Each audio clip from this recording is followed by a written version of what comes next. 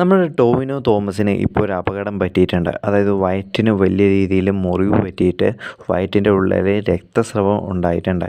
അതായത് ഏകദേശം കരളിൻ്റെ ആ ഭാഗത്ത് വരെ മുറിവ് ചെന്നിട്ടുണ്ട് എന്ന് പറഞ്ഞിട്ടാണ് ICUവിൽ വലിയൊരു നിരീക്ഷണത്തിലാണ് ഇപ്പോൾ അദ്ദേഹം ഉള്ളത്.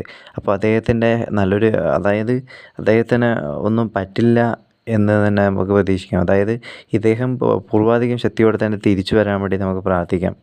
അപ്പോൾ എന്താണെന്നുണ്ടെങ്കിൽ അദ്ദേഹത്തിനൊന്നും പറ്റാതെ ഇരിക്കുക അങ്ങനെയല്ല. അതായത് നമ്മൾ പറയുന്നത് എന്ന് പറഞ്ഞിട്ടുണ്ടെങ്കിൽ പഴയൊരു ടോവിനോ തോമസിനെ തന്നെ നമുക്ക് തിരിച്ചു വേണം. അതായത് ഫുൾ ഹെൽത്തായിട്ടുള്ള ഒരു ടോവിനോ തോമസിനെ തന്നെ നമുക്ക് തിരിച്ചു കിട്ടാൻ വേണ്ടി പ്രാർത്ഥിക്കാം. അതായത് നമ്മുടെ പഴയ ടോവിനോ തോമസ് തന്നെ ആയിരിക്കണം തിരിച്ചു വരേണ്ടത്.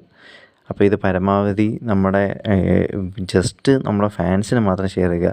അല്ലാണ്ട് ഇത് വേറെ ഒത്തിരി സ്പ്രെഡ് ചെയ്യേണ്ട ആവശ്യമൊന്നുമില്ല. അപ്പോൾ ഒരു ചെറിയൊരു മുറിവ് എന്ന് കരുതി നമുക്ക് പ്രാർത്ഥിക്കാം.